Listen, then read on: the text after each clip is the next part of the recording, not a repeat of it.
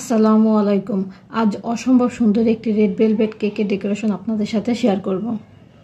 এই কেকটি অর্ডার করেছিল এক ভাবি। ভাবি তার বড় ছেলে জন্মদিনের জন্য আমার কাছে কেকটি অর্ডার করেছিল। সবাই বাবুর জন্য দোয়া করবেন।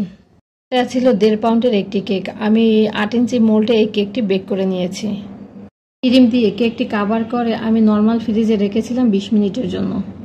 20 মিনিট পর ফ্রিজ থেকে কেকটি বের করে কেকের উপরে দিয়ে দিচ্ছি কেকের ক্রাম্বস অথবা কেকের গুঁড়া। আর এই কেকের গুঁড়াটা তৈরি করেছি কেকের বেস থেকে একটি পাতলা করে স্লাইস কেটে নিয়ে সেটা তাওয়ায় গরম করে আমি ব্লেন্ডারে গুঁড়া করে নিয়েছি। ছবি দিয়ে যেহেতু কেকটি ডেকোরেশন করে নেব, তাই আমি কেকের চারপাশে কেকের ক্রাম্বসগুলো দিয়ে নিচ্ছি। আমি কেকের গুঁড়োগুলো ঠিক যেভাবে দিয়ে নিচ্ছি, এভাবে দিলে তখন কেকের ফিনিশিংটা দেখতে বেশি ভালো লাগে। কেকের গুঁড়োগুলো দেবার পরে এবার আমি কেকের মাঝখানে ছবিটা বসিয়ে দিচ্ছি। আর এই ছবিটা খাওয়া যাবে না, এটা নন এডিবল। ছোটো একটি স্টার নজেল দিয়ে আমি ছবির পাশে একটি ডিজাইন করে দিয়েছি। এটা দেবার পরে কেকটা আরও দেখতে বেশি ভালো লাগছে। চকলেট পেস্ট দিয়ে আমি কিছু শিউলি ফুল বানিয়ে নিয়েছিলাম। এবার আমি সেই শিউলি ফুলগুলো কেকের উপরে বসিয়ে দিচ্ছি।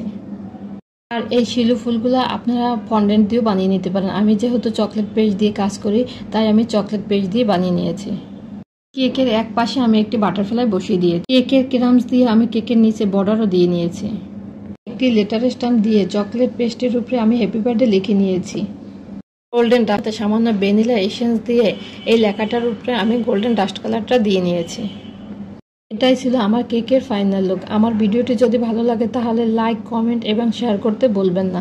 আজকের মতো তাহলে এখানেই বিদায় নিচ্ছি। আল্লাহ হাফেজ। আসসালামু আলাইকুম।